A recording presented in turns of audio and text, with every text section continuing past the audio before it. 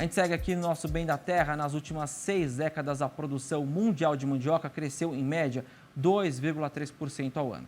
Em regiões como África e Ásia, o aumento da área plantada e alta produtividade colaboraram para esse avanço. Já a produção brasileira caiu 0,4% ao longo desse período, segundo dados da Organização das Nações Unidas para a Alimentação e Agricultura, a FAO, como o resultado da maior diversificação agropecuária na comparação com países africanos e asiáticos. Quem explica mais sobre este assunto para a gente é o pesquisador do CPEA, o Fábio Isaías Felipe, que já está conectado aqui com a gente. Oi, Fábio, tudo bem? Bom dia, seja bem-vindo ao Bem da Terra.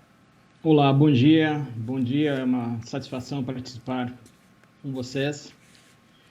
Realmente, né, nós temos aí uma certa diminuição na produção de mandioca ao longo do período, uma vez que o nosso crescimento em produtividade, principalmente, tem crescido abaixo, sobretudo, da média dos asiáticos, né? Exatamente, né? Esse cenário global tem alguma justificativa de que forma vocês estão acompanhando, né? Já em relação também aqui ao Brasil, né? Que teve esse recuo na área plantada. Bom, vamos lá.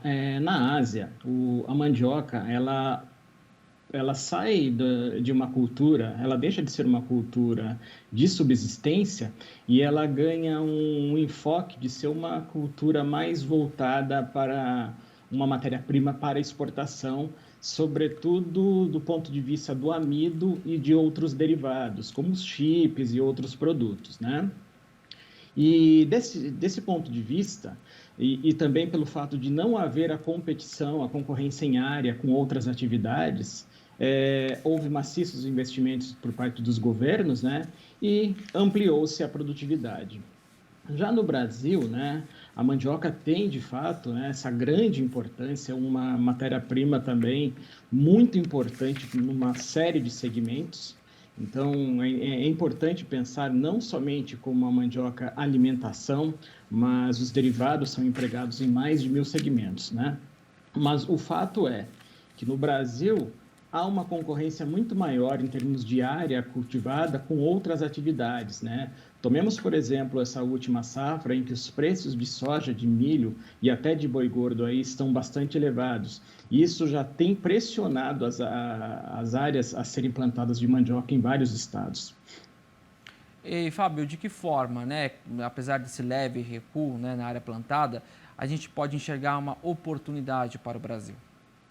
Bom, o mercado de amidos ele tem crescido, ou melhor, a demanda por amidos tem crescido no mundo todo, né? Então, é um elemento, é uma matéria-prima um tanto quanto importante.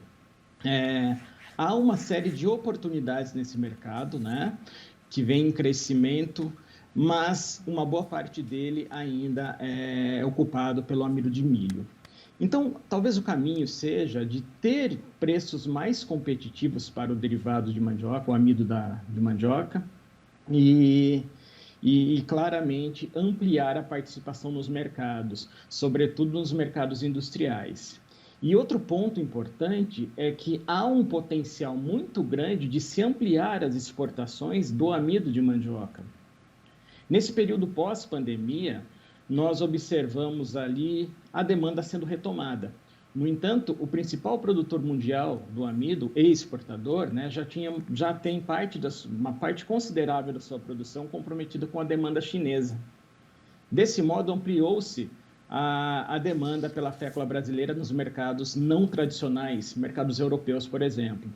Então, até setembro, para se ter uma ideia, as nossas exportações já superaram em muito o que se exportou em todo o ano passado. Então, nós estamos caminhando para um ano recorde de exportações de fécula. É claro, né? Ainda temos uma participação pouco relevante no mercado mundial, mas isso já nos mostra que há um potencial a ser explorado ali. Muito bacana. Fábio, rapidamente, né, queria que você comentasse também sobre a atual situação das regiões produtoras aqui no país, né? Em setembro, eu lembro que o clima tinha prejudicado algumas regiões, né, por conta da seca também. Apesar, né, dos preços que estavam atrativos, mas não compensavam tanto os produtores ainda por parte da indústria, que a indústria ainda não estava tão assim, animada por conta da oferta. Como é que você está vendo essa situação? De que forma você está olhando no atual momento aí para os preços pagos aos produtores e também o incentivo deles de continuarem com a produção? Bom, muito bem. Podemos considerar que nós tivemos esse segundo semestre um tanto quanto complicado, né? Quando não foi a falta de chuvas, tivemos outros fatores que afetaram fortemente a oferta. Agora, por exemplo, nós estamos tendo as chuvas, né, que voltaram nas regiões produtoras que ainda limitam um avanço da colheita e comercialização. Mas é importante destacarmos, né, que essa oferta limitada não se atrela somente à questão climática. Nós temos também a falta de reposição de lavouras que não tem ocorrido com certa rapidez. Consequentemente, né, o cobertor está encurtando e vem faltando raízes. E justamente, né, essa não reposição da qual eu comentei, ela já acaba sendo uma decorrência do fato dos agricultores estarem mudando de cultura.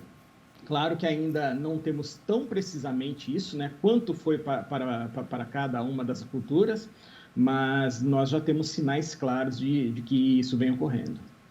Então, é mais essa questão dessa reposição que não está acontecendo como deveria por conta desse desestímulo aí de muitos produtores em relação à cultura, né?